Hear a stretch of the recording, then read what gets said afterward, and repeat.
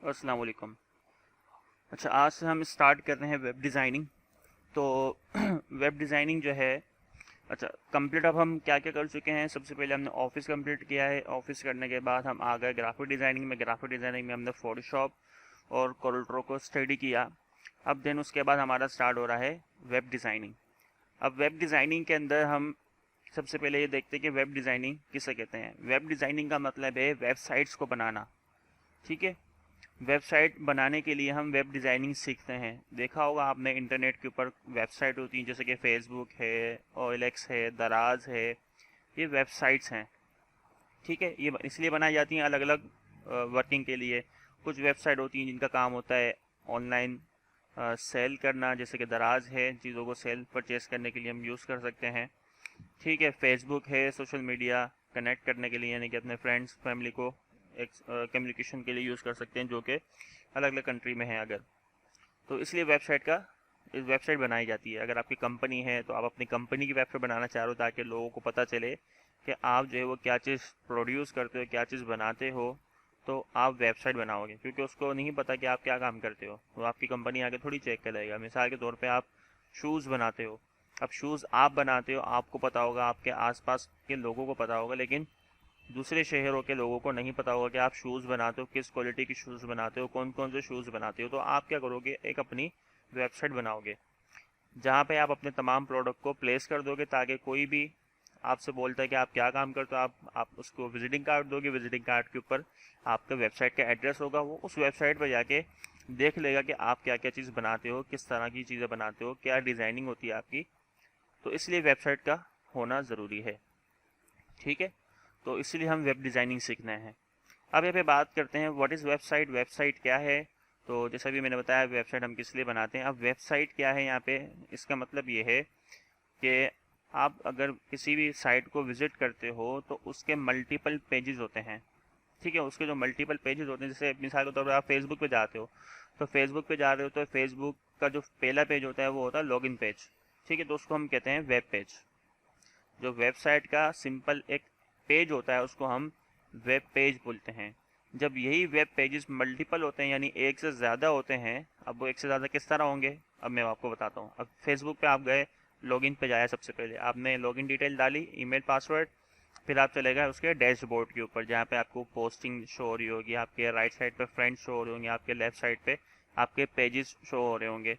फिर आप क्लिक करते हो प्रोफाइल पे, तो आपकी प्रोफाइल ओपन हो जाती है। तीसरा पेज ये हो गया।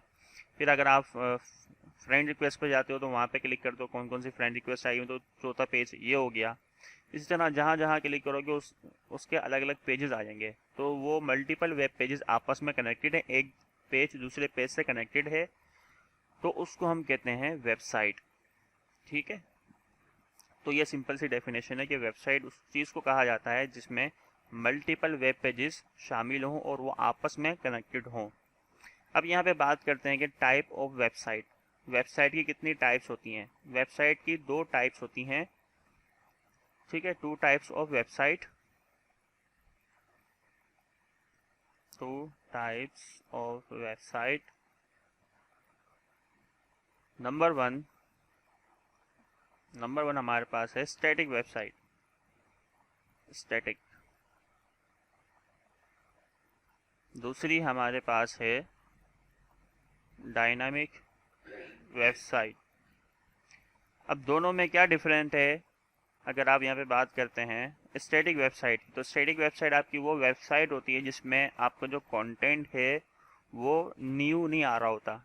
जैसे मिसाल के तौर पे किसी भी एक कंपनी की वेबसाइट है, उस कंपनी की वेबसाइट है, उस कंपनी ने भाई गिनती के 4 प्रोडक्ट बनाने हैं। ठीक है, तो उसकी वेबसाइट के अंदर कोई चेंजिंग नहीं होगी बहुत जल्दी। मिसाल के तौर पे वो साल 2 साल के बाद कोई एक नया प्रोडक्ट लॉन्च करता है, तो वो एक प्रोडक्ट उसके अंदर वो ऐड कर देगा।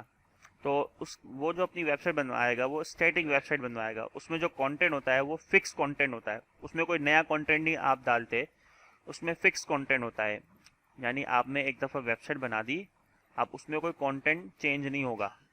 चेंज कैसे होगा, जो भी बनाने वाला है वही चेंज कर सकता है। वो कब चेंज करेगा, जब जैसे मिसाल के तौर पे मैंने अपनी कंपनी है, मेरी कंपनी है, मैं आपसे वेबसाइट बनवाता हूँ, तो मैं आपसे बोलता हूँ कि मैंने वेबसाइट बनानी है। ठीक है, जिसमें ये मेरे प्रोडक्ट हैं, बस इसके हिसाब से आपने वेबसाइट बनानी है। तो आपने फ़ौरन उसको आपके दिमाग में क्लिक होना चाहिए कि आपने स्टैटिक वेबसाइट बनानी है, क्योंकि उसमें कोई भी चेंजिंग नहीं होगी। ठीक है, तो अब मैं जो भी आपको प्रोडक्ट दूंगा कि मेरे ये प्रोडक्ट हैं, ये कंटेंट आपने लिखना है, तो आप उसको लिख दोगे और मुझे आप दे दोगे कि सर आपकी वेबसाइट बन गई है, ये लें, और मैं उस वेबसाइट को ले लूँगा और अब पब्लिश कर दूँगा। ठीक है, फिर मैं कोई 2 साल के बाद जाके एक नया प्रोडक्ट लॉन्च करता हूँ, तो फिर मैं आपसे दोबारा कॉन्टैक्ट करूँगा कि मैंने एक नया प्रोडक्ट ये बनाया, तो मैं चाहता हूँ कि आप ये मेरी वेबसाइट पर लगा दो।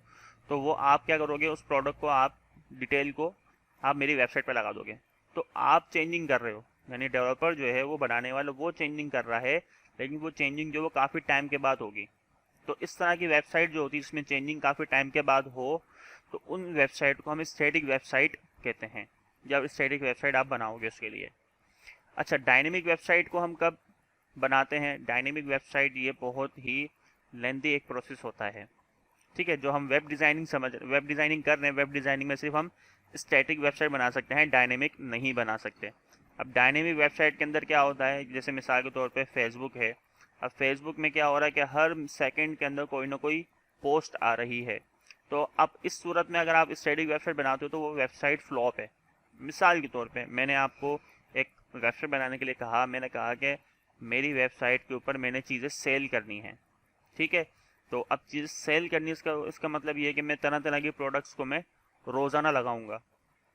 ठीक है, तो आपने फ़ौरन क्लिक करना है कि हाँ ये जो वेबसाइट होगी इसमें जल्दी जल्दी चेंजिंग हो रही है, यानी कि एक दिन में हो रही है या 1 घंटे में चेंजिंग हो रही है।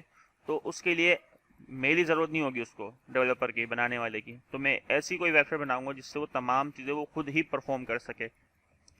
तो उन वेबसाइट को हम डायनेमिक वेबसाइट बोलते हैं, जिसके अंदर बगैर, यानी उसमें बटन्स दिए हुए होते हैं। जैसे कि फेसबुक के ऊपर आप कोई पोस्ट करते हो तो उस पोस्ट के लिए आपको एक टेक्स्ट बॉक्स दिया होता है जिसमें टेक्स्ट लिखते हो, तस्वीर अटैच करने का ऑप्शन दिया होता है। जब आप बटन पे क्लिक करते हो तो वो पोस्ट हो जाती है।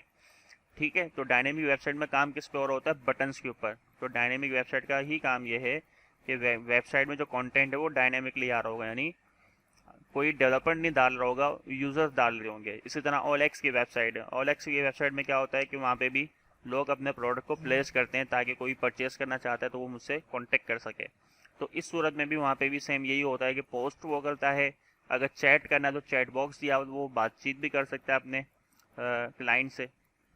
तो इस तरह की वेबसाइट जो होती हैं, जो बहुत सारे काम कर रही होती हैं एक साथ, वो डायनेमिक वेबसाइट कहलाती हैं।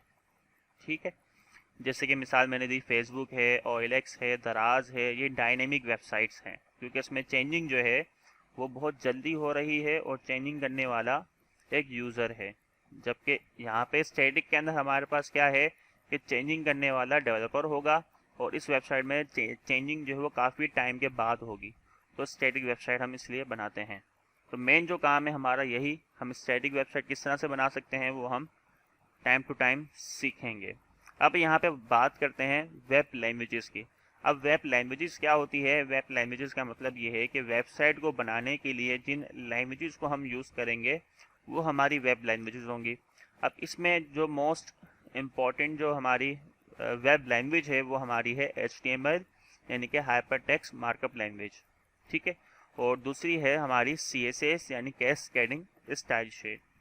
अब HTML क्या है और CSS क्या है, जब हम इसको स्टडी करेंगे तो ही हमें समझ में आएगा कि HTML का काम क्या है और CSS का काम क्या है। ठीक है, तो वेब लैंग्वेजेस का क्या मतलब है कि वेब लैंग्वेजेस यानी वेबसाइट को बनाने के लिए जिन लैंग्वेजेस को हम यूज़ करते हैं उसको बनाने के लिए, उसको हम वेब लैंग्वेजेस कहते हैं।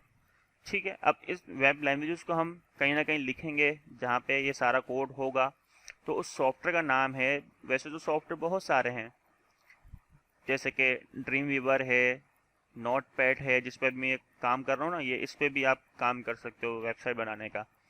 ठीक है, लेकिन कुछ डिफरेंस होते हैं वो आप समझा दूंगा मैं अभी। तो नोट पैड पे भी कर सकते हैं, नोट पैड प्लस प्लस पे भी कर सकते हैं, ड्रीम वीवर पे भी कर सकते हैं, बहुत सारे हैं।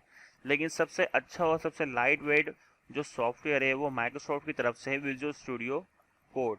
विजुअल स्टूडियो कोड जो है ये बहुत ही लाइट वेट सॉफ्टवेयर है, और ये एक एडिटर है, टेक्स्ट एडिटर है, जिसके ऊपर हम अपने वेब कोई भी लैंग्वेजेस हम इस पर लिख सकते हैं, वो भले वेब लैंग्वेजेस हो या प्रोग्रामिंग लैंग्वेजेस हो, इन दोनों को हम इसके ऊपर लिख सकते हैं। ठीक है, तो ये काफ़ी यूज़फुल है। तो माइक्रोसॉफ्ट का एक आपने नाम सुना होगा सॉफ्टवेयर का, विजुअल स्टूडियो। तो विजुअल स्टूडियो जो है उसके लिए काफ़ी आपको हैवी सिस्टम चाहिए होता है तो उस सॉफ्टवेयर के लिए, और वो परचेज़ भी करना पड़ता है। जबकि विजुअल स्टूडियो कोड जो है ये बिल्कुल फ्री है, ठीक है। और ये बिल्कुल सेम जैसे विजुअल स्टूडियो है और ये विजुअल स्टूडियो कोड जो है, ये दोनों डिफरेंट सॉफ्टवेयर हैं, इनका मुकाबला नहीं करा सकते। वो एक अपनी खासियत रखता है, ये एक अपनी खासियत रखता है विजुअल स्टूडियो कोड। लेकिन हम जो यूज़ करेंगे वो विजुअल स्टूडियो कोड यूज़ करेंगे अपनी वेबसाइट को बनाने के लिए, ठीक है। अब HTML की यहाँ पे बात कर लेते हैं कि HTML क्या है। HTML की फुल फॉर्म है हाइपर टेक्स्ट मार्कअप लैंग्वेज। तो इसको हम यूज़ करते हैं वेबसाइट के स्ट्रक्चर बनाने के लिए। अब स्ट्रक्चर क्या होता है? ढांचा, जिसमें जैसे मिसाल के तौर पे इंसान की ढांचा है, स्केलेटन इंसान का हड्डियों का ढांचा है, ठीक है। तो वो आप इसकी मिसाल ले सकते हो कि वेबसाइट के अंदर जो आप स्ट्रक्चर बनाते हो वो HTML से बनाते हो, ठीक है। और जब स्ट्रक्चर बन जाता है तो फिर हम बाकी चीज़ें, यानी इंसान का अगर स्ट्रक्चर है, स्केलेटन है, तो ही उसके ऊपर गोश्त आएगा, उसी पे आप खाल लगाओगे, उसी पे आप जो है वो खाल आएगी तो फिर आप उसके ऊपर मेकअप कर सकते हो। तो ये तमाम जो खूबसूरती है उस बॉडी में लाने का काम जो है वो है, ठीक है, गोश्त का है और अदर चीज़ों का। इसी तरह जब वेबसाइट हम बनाते हैं तो वेबसाइट का जब हम स्ट्रक्चर बना लेते हैं HTML से, फिर उस स्ट्रक्चर के ऊपर हमने उसको बनाना होता है खूबसूरत, उसके ऊपर फॉर्मेटिंग करनी होती है, तो फिर हम यूज़ करते हैं CSS को। तो आई होप समझ में आया होगा। इस वीडियो को आप एक दो मरतबा और देखिएगा ताकि इसमें चीज़ों आपको क्लियर हों।